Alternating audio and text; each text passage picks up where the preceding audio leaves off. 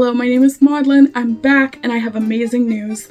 I was actually visited by a ghost on Christmas Eve in my sleep, and when I woke up the next day, I had to ruminate on what the ghost was telling me a little bit, but finally it was amazing. I had a complete vibe shift, mind shift. It's hard to explain, but I took a giant emotional dump that night, and I got rid of a blockage that has been haunting me since my early 20s. And let me just tell you that food tastes better now. My credit score went up 18 points. I lost 12 pounds. My skin is clearer. Amazing things are happening in my mind space. 2026 is off to a very good start. Knock on wood. And I really do feel like my energy's clearer. I really do feel like this has just been like a huge blockage that has just been flushed out of my system via a psychic colonic. You know what I mean? I mean, if you don't know what I mean, that's okay. Just trust me when I say I think this is going to be the best thing for everybody. I'm hoping to come at this YouTube channel this year like nobody's business. I'm going to be on YouTube like a spider monkey, and it's going to be beautiful. I am but a humble conduit, and here is what I would like to say to you today. I really think that I'm tapped into something strange. I've got some vibrational frequencies that I'm attuned to that I would really like to utilize today to tell you my 2026 fashion hopes, fashion dreams, what I hope will be in and out, my own personal ins and outs, do's and don'ts of the year of 2026. And I will say, this time of year, I see a lot of fashion prediction videos, predicting what trends will be popular in 2026, and I don't love those videos. I mean, they're entertaining, but I don't like the goal of a 2026 prediction video. The goal seems to be right early. I don't think it's about, I don't think the attitude is right. I think it is really fun to be correct. I can't tell you enough that to be on medieval revival shit 2 years early and to have people catch on after the fact, to be on some shit that hasn't even been out the ass yet is really fun. I can really get on board with that, but I think that an aspiration is a healthier goal than a prediction, simply because I just want to leave 2026 open-ended. Whatever comes will come, and I just have certain specific fashion hopes and wishes and dreams that I hope will come true. I'm not a trend person. I've never really been with the trends. I just don't think that I don't think there's a lot of value on hanging your hopes and dreams on a trend. That's just not for me. It's just not for me. So I would like to just talk about my hopes for 2026, things that I hope come into the fashion cultural consciousness that I just want to see more of, First things first, I really would like to see more DIY to the max. I need to see DIY, but specifically clothing and apparel and jewelry customization. Not just that, but I think clothing customization to one's own abilities is where we're at in 2026. It's a really good thing, of course, to have goals and aspirations of I want to learn how to sew in 2026. Of course, I do too. I've been wanting to learn how to sew for a while, but I think it's also good to meet yourself at your own skill level and do customizations, little things that are within your immediate ability. For example, I'm gonna try to make more stencils. I have a ton of stencil paper that I can, sort of cut out. And of course I have fabric paint, and that's some more sort of easy, readily available clothing customization that I can do. But I really do think 2026 should be the year of clothing customization. That's what I really want to see from people. To see no bag go unpinned and unbuttoned and unpatched. There just needs to be a renaissance of customization in 2026. That's what I'm hoping to see. I just would really love to see it.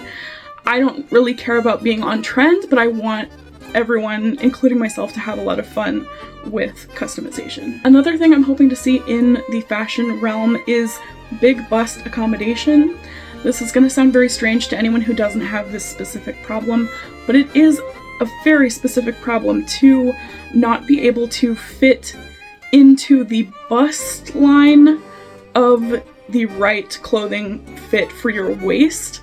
So I'm having a lot of trouble with that sort of like strange disparity between it fits my waist perfectly, it's 2 sizes too small here.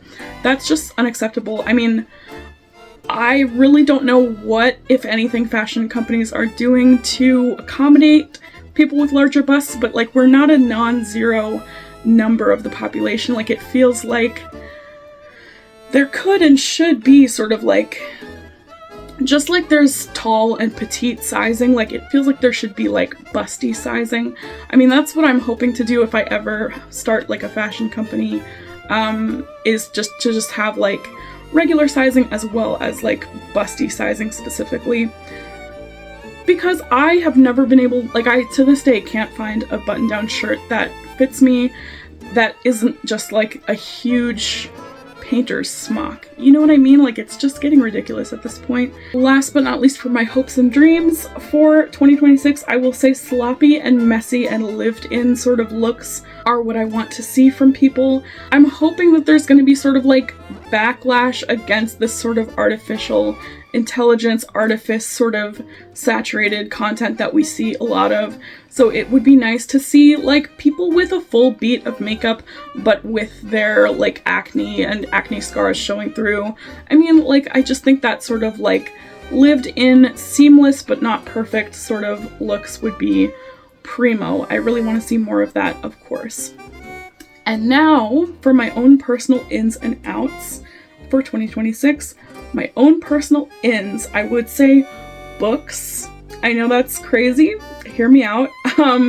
Books, but specifically reading the things that only I want to read, reading things that interest me specifically. I am really committed to reading the crap out of a ton of books this year, and I think the way for me to do that is to really just gravitate towards books that I think are interesting to me. I know that sounds like obvious, but it is really weird how, you know, I think my problem has been that I've been expecting fiction and the fiction blurb on the back of a book to deliver every time. And I will say, I think it's really hard for me as a fiction writer to sometimes jibe with fiction writers' ways of telling their stories. I mean, like, I'm just one of these obnoxious people who can't help but like backseat narrate what's going on in the book and kind of question certain narrative decisions that an author makes. So I really have resigned myself to reading mostly nonfiction and poetry at this point. And I really want to be less apologetic about that and really commit to reading what I'm specifically interested in, what I know right off the bat will interest me, like a nonfiction subject, like a subject. The subject of a nonfiction book, it's pretty unambiguous what it's going to be about and if it's going to be interesting to me. Whereas, like, the blurb of a fiction book on the back, you know, it might sound really engaging and interesting, then something about the writer's writing style really pisses me off. I'm really not going to waste my time with a book that is not grabbing me right off the bat. I'm really just going to pick something up and put it down just as fast if it's not interesting to me and move on to something more interesting instead of just getting frustrated and not reading at all. So that's where I'm at with that. I think deep dives are in. Definitely DIY projects are in for me. Substack, I'm going to try to be better about writing on my Substack. I have a lot to say, as you can probably tell, and there are so few avenues to say what you want to say nowadays, especially because you kind of can't post every day on YouTube, you kind of can't post every day on TikTok. It just kind of seems like one of these things where I would really benefit from getting my yayas completely out on Substack. So Substack is in for me. Writing, just in general, my poetry, novella, and my screenplay, all of these things, like reading and writing, that's my ticket to 2026, I think. Also in our screen lock apps, I will say the screen lock app for when you wanted to lock your phone and prevent you from scrolling around on your phone aimlessly, that is in. It's a really good app. It's a little annoying, there are ads that pop up when your screen lock is done, but it's a game changer, I will say. For colors, I think mauve, emerald, and magenta I'm really loving jewel tones right now, but also sort of dusty, antiquated shades. It's just so good. Glitter. Just glitter. Glitter is in. Vocabulary maxing is in.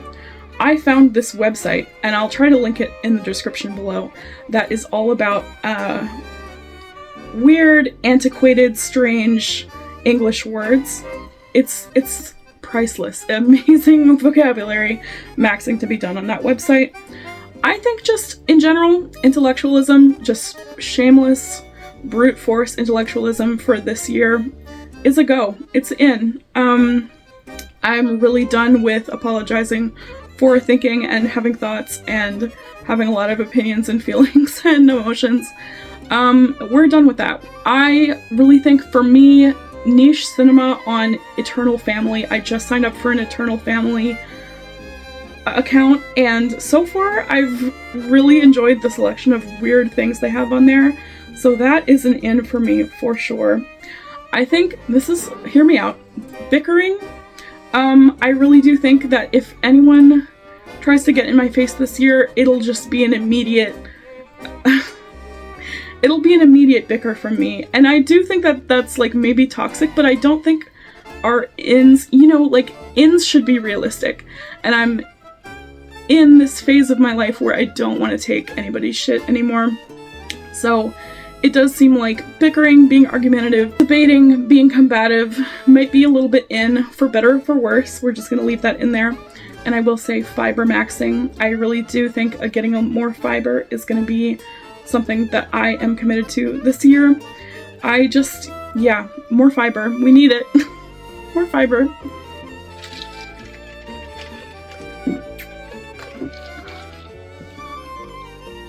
Now for the outs. Outs for me, Spotify. Spotify's out.